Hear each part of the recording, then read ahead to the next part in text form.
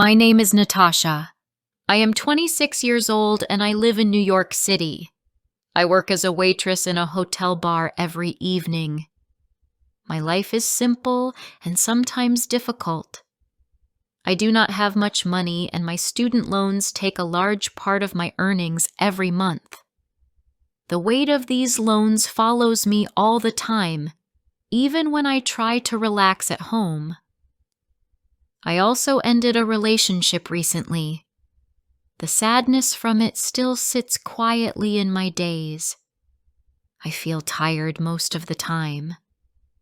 Every evening I stand behind the bar and watch people come in. Many of them are rich. They drink expensive drinks and speak loudly with their friends.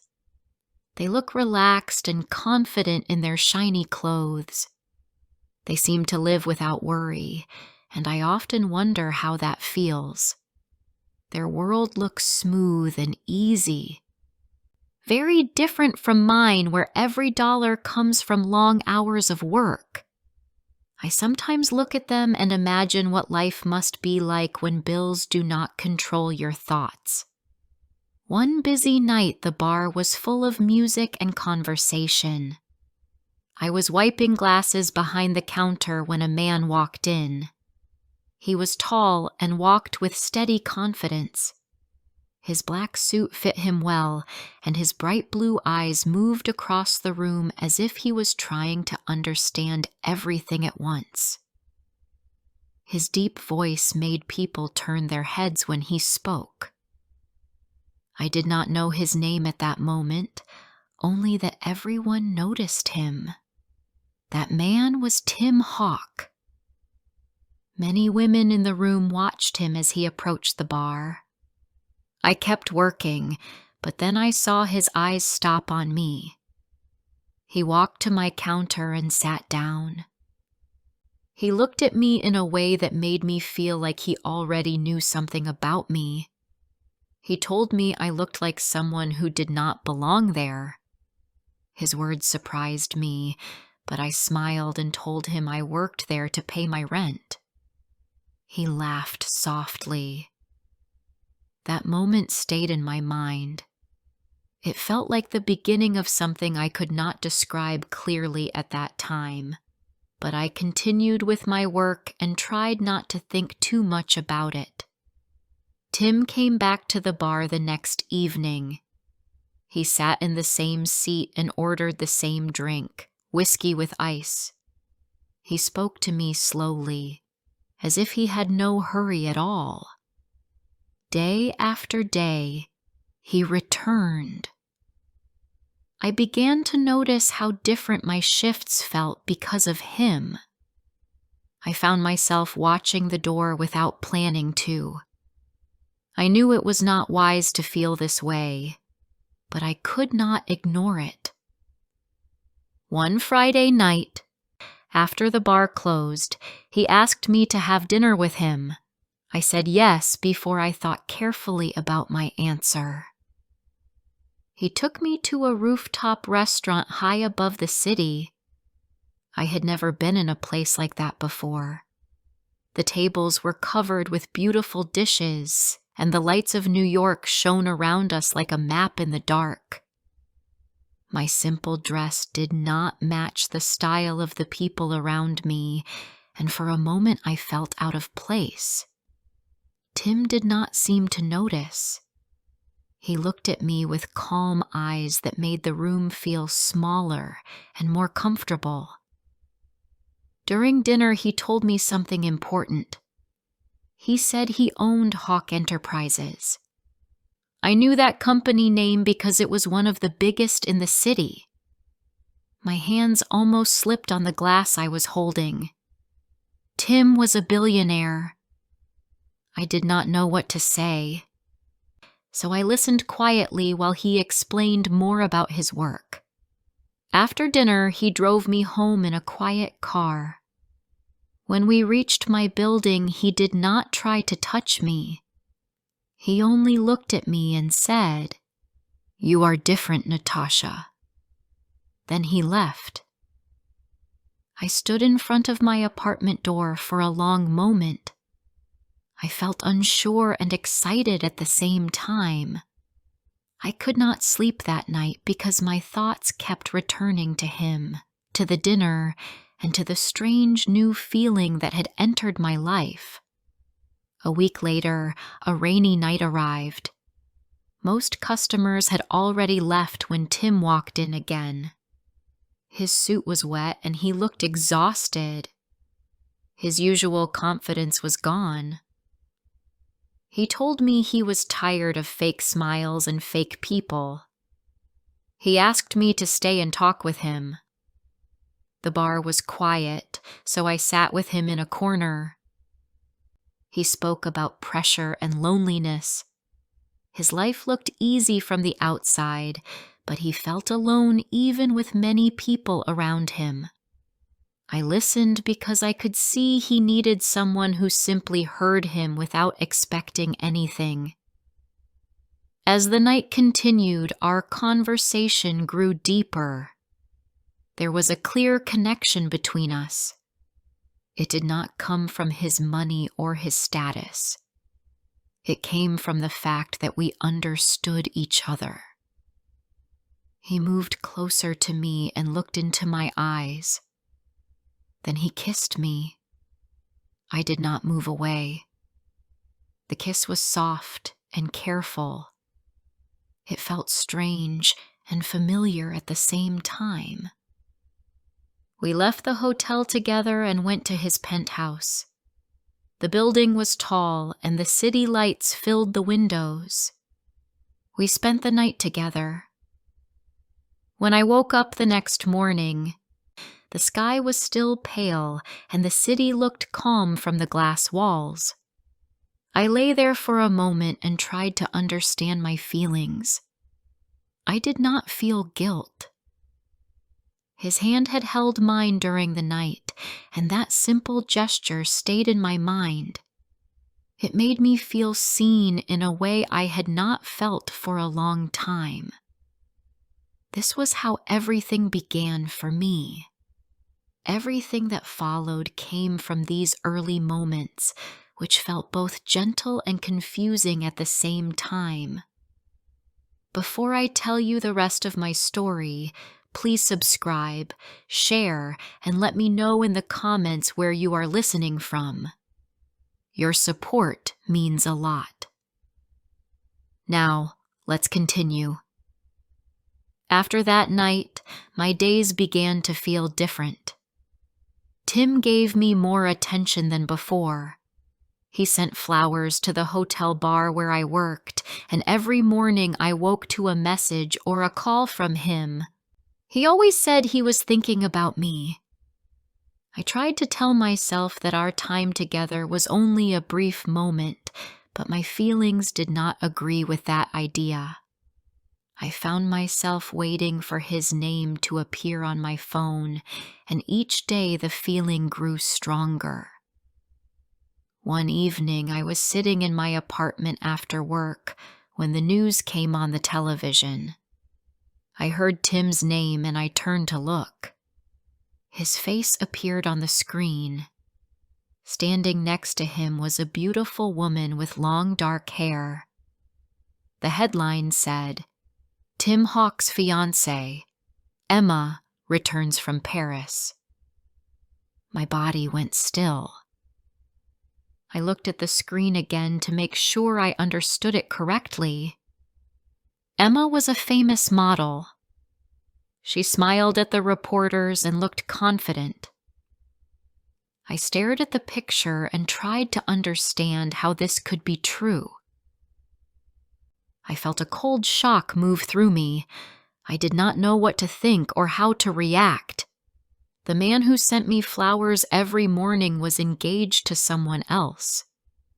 He had never told me this. My thoughts became confused and scattered. I felt lost and unsure of everything between us. When I finally called him, my hands were shaking.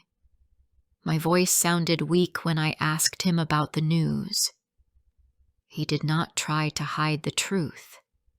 He said he was engaged to Emma. He said he did not expect to feel anything for me and that things became complicated. His words did not make me feel better. I felt smaller and quieter after hearing them.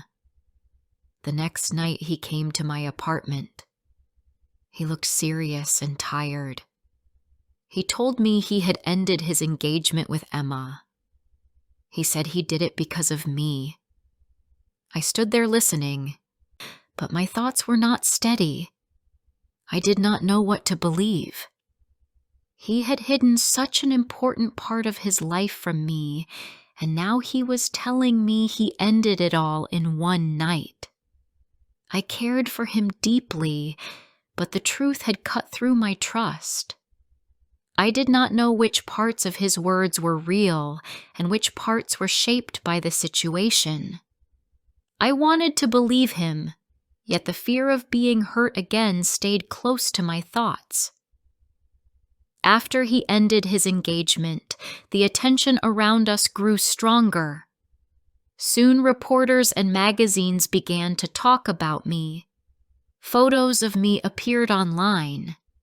Some reporters managed to take pictures of me near Tim's car or outside the bar.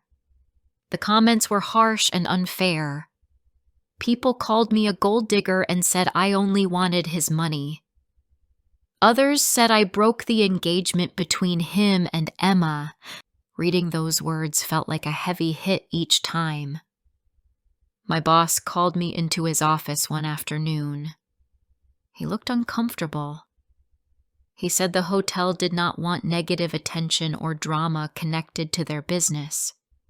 Because of this, he told me I could not continue working there. I lost my job that day.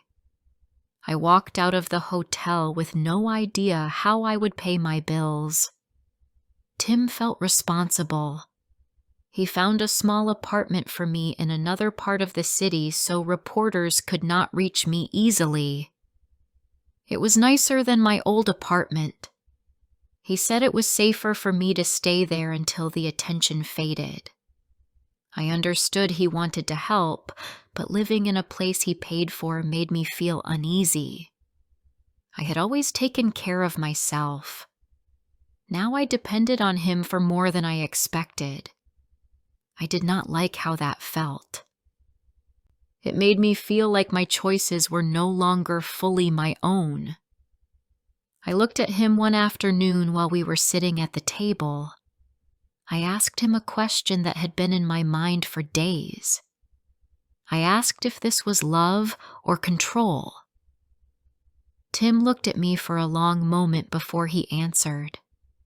His eyes looked tired and honest. He said it was both. His answer stayed with me. It made everything more confusing. I cared for him, and I knew he cared for me, but the situation around us felt heavy and difficult. I had lost my job and my old life. I was trying to understand what was happening between us, but the truth was not simple. My feelings were strong, but so was my fear of losing more. I wanted to believe that Tim's intentions were good, but doubt was growing quietly inside me. This was the part of the story where my days stopped feeling clear. I tried to hold on to what we had, but it became harder with each passing moment. One afternoon, my phone rang. I checked the screen and saw Emma's name. Her name brought back all the confusing thoughts I had tried to push away. I answered the call with a tense voice. She asked if we could meet, and I agreed even though I did not feel ready. We met at a quiet cafe. Emma looked calm and serious. She spoke first. She told me that Tim had not ended their engagement because of me. She explained that her father wanted more control over Tim's company and that their engagement was part of a larger business agreement. She said Tim needed a way to stop that plan. She told me that I became part of that plan. She said Tim had used the attention around us to break the connection between their families. I did not want to believe her. I tried to find a reason to doubt her words, but then she showed me papers. The documents explained the business deal and how it collapsed after the news about Tim and me spread online. I looked at the papers and felt a cold disappointment move through me. The evidence was clear. My feelings started to feel small next to the truth. When I returned to the apartment, Tim was there. I looked at him and asked quietly if what Emma said was true. He did not answer. He stood still and silent, and that silence became the only answer I needed. It felt heavy and sharp. I understood what had happened. I packed a small bag. I did not say much. Tears came without effort while I collected my things. I left the apartment and walked out into the street. My mind felt empty and crowded at the same time. I cried the entire way home. I did not know what would happen next, but I knew I could not stay with him after this. Weeks passed slowly. I tried to build a new routine. I found a job in a small cafe downtown. The work was simple and quiet. The customers were friendly, and they did not know anything about my past with Tim. I liked the silence of that. I worked hard and saved money. My small apartment felt plain, but it was my own space, and it felt safe. Even with the new job and new routine, I still thought about Tim. I could not forget everything that happened. His face and his words stayed in my thoughts more often than I admitted.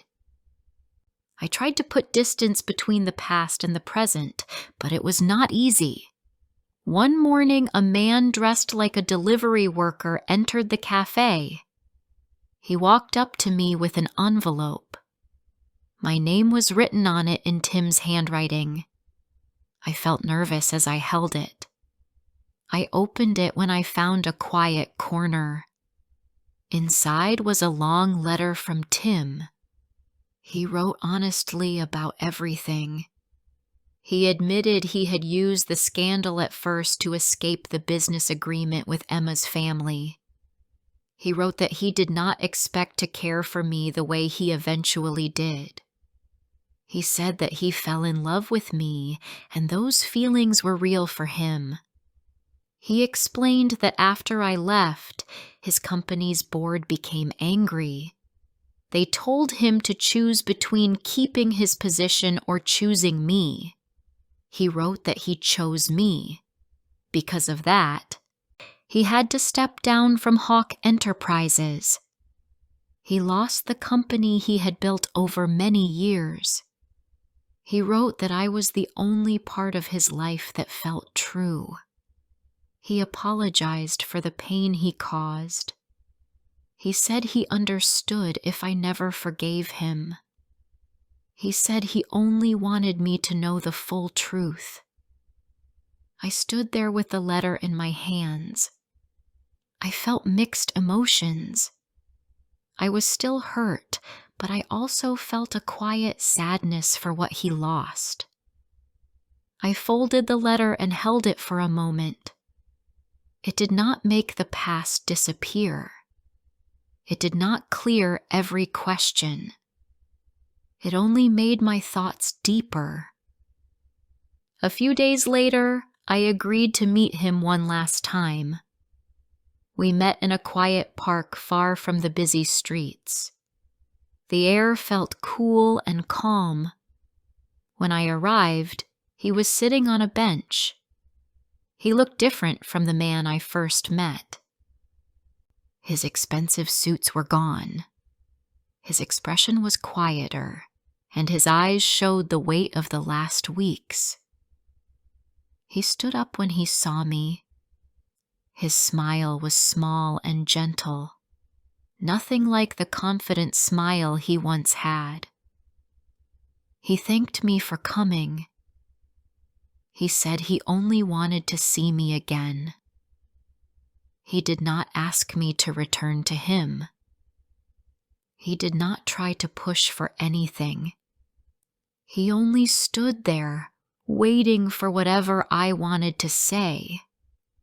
I told him what I had understood from everything that happened. I said that love needs honesty to survive. I said it needs trust to grow. I told him that we lost that trust, and losing it changed everything between us. He listened quietly.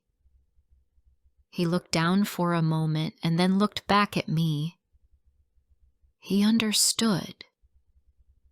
There was nothing more to say. The silence between us felt final. After a short moment, I turned around and walked away. I did not look back. I needed to move forward without the noise of the past. That night, I sat in my small apartment and looked at the city lights. They looked the same as before, but they no longer held the meaning they once had. My time with Tim had been full of strong moments. Some moments were good and warm. Others were painful and difficult. The experience left marks that would stay with me, but those marks also helped me understand myself better. The story with Tim ended in that park. It ended in quiet words and quiet choices. It changed me, and I knew I would carry the lessons with me. It was not the future I expected, but it was the future I needed to step into on my own. Thank you for listening to my story. If you enjoyed it, please subscribe, like, and share it with friends who are also learning English. Your support helps me bring more stories for you. See you in the next one.